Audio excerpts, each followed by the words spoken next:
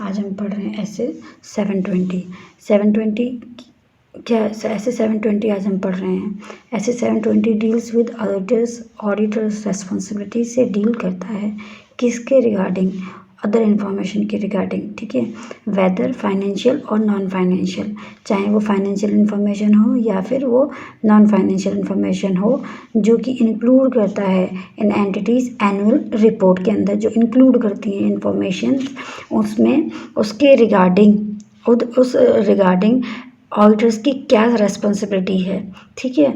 Auditors जो है auditor report तो बनाता ही है, फाइनेंशियल स्टेटमेंट के रिगार्डिंग उनकी रेस्पॉन्सिबिलिटी रहती है, बट अदर इन्फॉर्मेशन के रिगार्डिंग भी रेस्पॉन्सिबिलिटी होती है जो भी एनुअल रिपोर्ट में होती हैं। एनुअल रिपोर्ट क्या होती है? एनुअल रिपोर्ट एक बुक की तरह, पूरा एक बुक को, जैसे रिलायंस की कंपनी की ले लो या फिर इन्फोसिस की ले लो, किसी की भी ले लो, विप्रो की ले लो, तो एनुअल रिपोर्ट एक बुक की तरह पूरी एक बुक होती है, पूरी एक बुक होती है बहुत मोटी।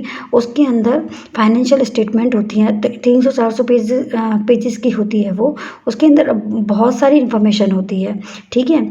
तो हमें उसके रिगार्डिंग भी एक ऑडिटर्स की रेस्पॉन्सिबिलिटी बनती है कि जो एनुअल रिपोर्ट में ऑडिटर्स रिपोर्ट के अलावा, फाइनेंशियल स्टेटमेंट के अलावा जो अदर इन्फॉर्मेशन दे रखी है उसके रिगार्डिंग हमारी भी रेस्पॉन्सिबिलिटी बनती है। हम उसे एग्जामिन नहीं करेंगे बट हम उसे रीड आउट ज़रूर करेंगे, जिससे कि जो जनरल पब्लिक है वो मिसलीड ना हो, ठीक है। जब जनरल पब्लिक एनुअल रिपोर्ट को देखती है तो उसमें फाइनेंशियल स्टेटमेंट के साथ साथ अदर इन्फॉर्मेशन भी होती है, जैसे मैंने आपको बताया अभी। तो ऑडिटर की जिम्मेदारी बनती है कि वो अदर इन्फॉर्मेशन को भी देखे, जिससे जनरल पब्लिक मिसलीड ना हो सके, ठीक है। ऑब्जेक्टिव क्या है इस हिस्से का? ऑब्जेक्टिव देखिए, ऑब्जेक्टिव क्या है? To consider whether there is a material inconsistency तो नहीं है, किसके बीच में? अदर इन्फॉर्मेशन और फाइनेंशियल स्टेटमेंट के बीच में, ठीक है, और अदर इन्फॉर्मेशन और ऑडिटर्स नॉलेज के बीच में। अदर इन्फॉर्मेशन में जैसे number of employees, let's say हम नंबर ऑफ एम्प्लॉइज की बात करें, जैसे फाइनेंशियल स्टेटमेंट में क्या आएगा कि फाइनेंशियल स्टेटमेंट में आएगा कि हमने सैलरी कितने पे करी है, लेकिन अदर इन्फॉर्मेशन में क्या आएगा? नंबर ऑफ एम्प्लॉइज कितने हैं, ठीक है। वो financial statement number of employees नहीं आता, ठीक है। एक तो ये हो गई, और दूसरा क्या होगा? अदर इन्फॉर्मेशन और ऑडिटर्स नॉलेज के बीच में। ऑडिटर की नॉलेज है कि भैया मैंने तो 7,000 एम्प्लॉय की सैलरी देखी थी, ये 7,000 एम्प्लॉय हैं, बट अदर इन्फॉर्मेशन में लिखा हुआ है कि 6,000 ही एम्प्लॉय हैं, तो ये तो प्रॉब्लम हो गई ना। ऑडिटर की नॉलेज क्या है, ऑडिटर को क्या क्या पता है, और अदर इन्फॉर्मेशन में क्या लिखा है, वो भी हमें देखना होता है, ठीक है। और फिर क्या होना, हमने ये सब देख लिया कि क्या है क्या नहीं है। To respond if material inconsistency exist, अगर हमने ये सब देखा, हमें कोई मटेरियल इनकंसिस्टेंसी मिली, तो हम क्या करेंगे? रेस्पॉन्ड करेंगे। क्या करेंगे? रेस्पॉन्ड करेंगे इफ मटेरियल इनकंसिस्टेंसी एग्जिस्ट। तीसरा पॉइंट क्या है? To report in accordance with SA, ठीक है। 3 ऑब्जेक्टिव्स हमारे इसमें हो गए। हम पहले तो हम चेक करेंगे, ठीक है, अदर इन्फॉर्मेशन और फाइनेंशियल स्टेटमेंट के बीच में कोई मटेरियल इनकंसिस्टेंसी नहीं है, मतलब डिफरेंट तो नहीं है, हमें कुछ पता है और अदर इन्फॉर्मेशन में कुछ और दिखा रहे हैं, उसे हमें देखना होता है।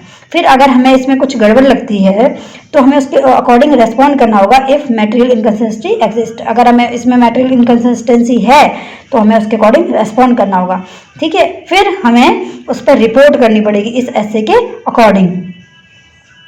अगर मिस स्टेटमेंट, मतलब material miss statement other information में है, क्योंकि ये जो ऐसे है वो अदर इन्फॉर्मेशन का है, तो हम अप्लाई क्या करेंगे? ऐसे 720। लेकिन अगर मटेरियल मिस स्टेटमेंट किसके अंदर है? फाइनेंशियल स्टेटमेंट के अंदर है, तो हम ऐसे 450 अप्लाई करेंगे, ठीक है। ऐसे अप्लाई नहीं होता, किस पर अप्लाई नहीं होता?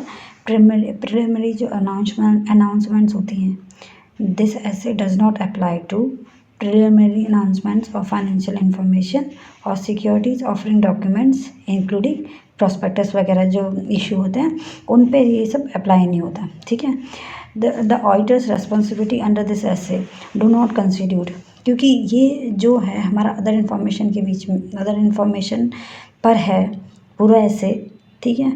वो क्योंकि जो ऑडिटर का काम होता है, उसका काम होता है फाइनेंशियल स्टेटमेंट को ऑडिट करना, फाइनेंशियल स्टेटमेंट को देखना, लेकिन अदर इन्फॉर्मेशन को सिर्फ रीड करना है, उस पर कोई हमें एश्योरेंस नहीं देना है। The auditor responsibility under this SA do not constitute an assurance engagement on other information पे कोई एश्योरेंस नहीं देना है, ठीक है। Impose an obligation on the auditor to obtain assurance about the other information. ना एश्योरेंस देना है, ना कोई इम्पोज करता है कोई obligation on the auditor to obtain assurance about the other information के पे कोई भी एश्योरेंस ऑब्टेन करने के लिए कोई भी ऑब्लिगेशन नहीं है। इस ऐसे में अदर इन्फॉर्मेशन की डेफिनेशन क्या है? अदर इन्फॉर्मेशन का मतलब है चाहे वो फाइनेंशियल इन्फॉर्मेशन हो या फिर वो नॉन फाइनेंशियल इन्फॉर्मेशन हो, but other than audited financial statements, क्योंकि ऑडिटेड फाइनेंशियल स्टेटमेंट के बारे में बात नहीं हो रही है यहाँ पर, सिर्फ अदर इन्फॉर्मेशन के बारे में बात हो रही है। लेकिन किसके अलावा, कौन सी वाली अदर इन्फॉर्मेशन? जो ऑडिटेड फाइनेंशियल स्टेटमेंट से अलग हों और ऑडिटर्स रिपोर्ट से अलग हों, ठीक है, जो कि एनुअल रिपोर्ट में होती हैं। एनुअल रिपोर्ट में जो होती हैं किससे अलग? ऑडिटेड फाइनेंशियल स्टेटमेंट से अलग और ऑडिटर्स रिपोर्ट से अलग। जो भी इंफॉर्मेशन एनुअल रिपोर्ट के अंदर है उस पे उसे हमें रीड करना होता है, उसे हमें देखना होता है। जैसे कि डायरेक्टर्स रिपोर्ट है, उसमें क्या क्या लिखा हुआ है और जो हमारी नॉलेज है उसके अकॉर्डिंग उसमें ठीक है कि नहीं है। चेयरमैन का स्पीच है, कॉर्पोरेट गवर्नेंस की रिपोर्ट है, इनके अंदर जो जो लिखा हुआ है वो और हमारी नॉलेज के अकॉर्डिंग सेम है या नहीं है, कुछ डिफ़र तो नहीं करता। तो ये सब भी हमें चेक करना होता है, बट हमें सिर्फ रीड आउट करना होता है हम, क्योंकि हमें इसमें एश्योरेंस तो देना नहीं है, तो हमें इसको सिर्फ रीड करना ही होता है। हमें अदर इन्फॉर्मेशन ऑब्टेन करनी है, किससे हम ऑब्टेन करेंगे सारी इन्फॉर्मेशन? ये मैनेजमेंट से करेंगे। कैसे करेंगे? Through discussion with management which documents will comprise the annual report. Annual report के अंदर कौन कौन से डॉक्यूमेंट्स कंप्राइजेज हैं and timing of availability of such documents, वो कब हमें अवेलेबल हो जाएंगे वो डॉक्यूमेंट्स, ठीक है। तो ये हम सब क्या करेंगे? मैनेजमेंट से डिस्कस करेंगे। दूसरा क्या है? Obtain prior to the audit report. हम कोशिश करेंगे कि जो डॉक्यूमेंट्स हैं वो ऑडिट रिपोर्ट से पहले मिल जाएं, ऑडिट रिपोर्ट से पहले मिल जाएं इफ़ पॉसिबल। अगर ऐसा नहीं हो पाता है, मैनेजमेंट बोलती है हम अभी नहीं दे सकते, तो हम क्या करेंगे? उससे मैनेजमेंट रिप्रेजेंटेशन लेटर ले लेंगे।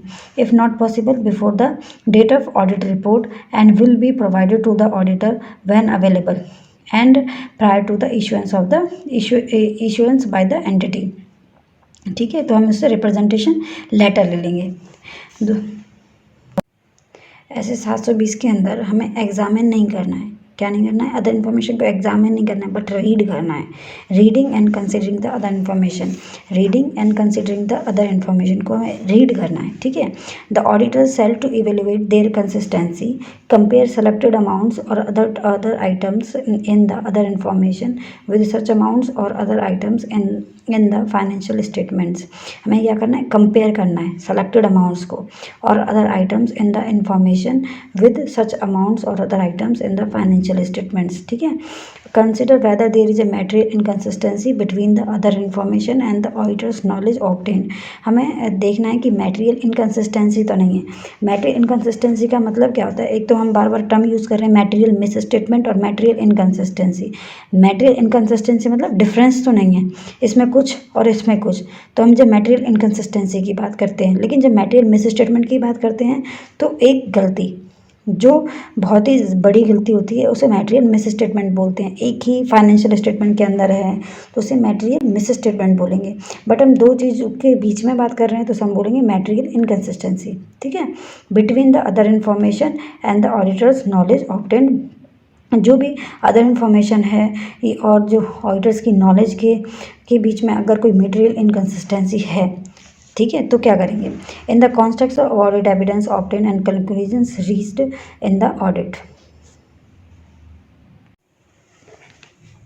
कैसे रेस्पॉन्ड करेंगे when material inconsistency appears to exist, ठीक है। If the auditor identifies that a material inconsistency appear to exist, the auditor shall discuss the matter with management and if necessary perform other procedures to conclude whether, मतलब अगर हमें पता चल गया कि material inconsistency है, अदर इन्फॉर्मेशन और financial statement के बीच में, तो क्या करेंगे हम, कैसे रेस्पॉन्ड करेंगे हम, तो हमें देखना पड़ेगा पहले परफॉर्म अदर प्रोसीजर्स, क्या प्रोसीजर फॉलो करेंगे कि जो मटेरियल में क्या जो जो मटेरियल मिसस्टेटमेंट तो है दो चीज़ों के बीच में, लेकिन ये देखेंगे मटेरियल जो मिसस्टेटमेंट है, मटेरियल मिसस्टेटमेंट है वो अदर इन्फॉर्मेशन के में है या फिर वो फाइनेंशियल स्टेटमेंट में है। ठीक है, तो मटेरियल मिसस्टेटमेंट किसके अंदर है, अदर इन्फॉर्मेशन के अंदर है या फिर फाइनेंशियल स्टेटमेंट के अंदर है, या फिर auditor's the auditor's understanding of the entity and its environment needs to be updated. मतलब हमें ज़रूरत है कि जो ऑडिटर्स की अंडरस्टैंडिंग है, जो ऑडिटर्स की जो प्लानिंग है और जो अंडरस्टैंडिंग थी एंटिटी के प्रति या फिर जो भी हमने प्लानिंग करी थी उसको अपडेट तो नहीं करना है ऐसे 315 के अकॉर्डिंग। तो हमें ये सब चीज़ें ये हमें उसके अकॉर्डिंग रेस्पॉन्ड करना पड़ेगा, हमें प्रोसीजर्स अपने देखने पड़ेंगे। कैसे रेस्पॉन्ड करेंगे, when the auditor concludes that, when the auditor conclude कर रहे हैं कि that the material misstatement of the other information exist, कि हमने कंक्लूड कर लिया कि जो मटेरियल मिसस्टेटमेंट है ना वो अदर इन्फॉर्मेशन के अंदर है, किसके अंदर है, वो अदर इन्फॉर्मेशन के अंदर है, तो क्या करेंगे, material misstatement of the other information exist, the auditor shall request management to correct, management से रिक्वेस्ट करेगा करेक्ट करने के लिए, अगर वो एग्री हो जाते हैं तो ठीक है, फिर हम जो करेक्शन हुआ है नहीं हुआ है उसको हम एक बार चेक कर लेंगे। लेकिन अगर मैनेजमेंट मना कर देती है कि भाई हम नहीं कर रहे ठीक, तो हम क्या करेंगे, TCWG से बात करेंगे, दो चार्ज विद गवर्नेंस से हम डिस्कस करेंगे मैटर को, ठीक है, और रिक्वेस्ट करेंगे कि इसे प्लीज़ करेक्ट कर दो, request them for correction. Material misstatement exists in other information obtained prior to the date of audit report. Other information is not corrected after communicating with TCWG से हमें जो अदर जो material miss statement है हमें पता चल गई date of audit report से पहले, बट वो करेक्ट नहीं हुई है, TCWG से बात भी कर ली फिर भी करेक्ट नहीं हुई है, लेकिन अभी टाइम क्या है, अभी तक डेट ऑफ ऑडिटर्स रिपोर्ट से पहले का टाइमिंग चल रहा है, तो हम क्या करेंगे, इम्प्लीकेशंस को कंसिडर करेंगे कि इम्प्लीकेशंस क्या हैं, फिर कम्युनिकेट करेंगे TCWG से about how the auditors plan to address in the material misstatement in auditor's report में कैसे एड्रेस करेंगे, उसका प्लान हम डिस्कस करेंगे TCWG से, ठीक है। या फिर हम क्या करेंगे, अगर पॉसिबल अगर TCWG से बात नहीं बन रही तो हम क्या करेंगे, हमें अगर ऐसा लगता है कि ज़्यादा दिक्कत हो रही है तो हम इंगेजमेंट से विड्रॉ कर लेंगे इफ़ पॉसिबल, ठीक है। मटेरियल मिस स्टेटमेंट एग्जिस्ट करता है in other information obtain after the date of audit report. Material misstatement exist in other information में एग्जिस्ट करती है material misstatement obtained after the date of audit report if the other information is corrected, ठीक है, corrected हो गई है तो ठीक है, परफॉर्म द प्रोसीजर्स। हम क्या बात करें, जब हमें टाइम क्या आ गया है हमारा कि डेट ऑफ ऑडिटर रिपोर्ट के बाद का टाइम बता रहे हैं कि हमें देखा कि अदर इन्फॉर्मेशन हम चेक करेंगे कि करेक्ट हो गई है, अच्छा ठीक है, फिर तो perform the procedures necessary in the circumstances, ठीक है। लेकिन डेट ऑफ ऑडिटर रिपोर्ट के बाद क्या करेंगे, अगर मटेरियल इनकन्सिस्टेंसी है लेकिन करेक्ट ही नहीं हुई, आफ्टर कम्युनिकेट भी कर लिया फिर भी करेक्ट नहीं हुई, टाइम क्या आ गया है, डेट ऑफ ऑडिटर रिपोर्ट के बाद का टाइम है ये, ठीक है।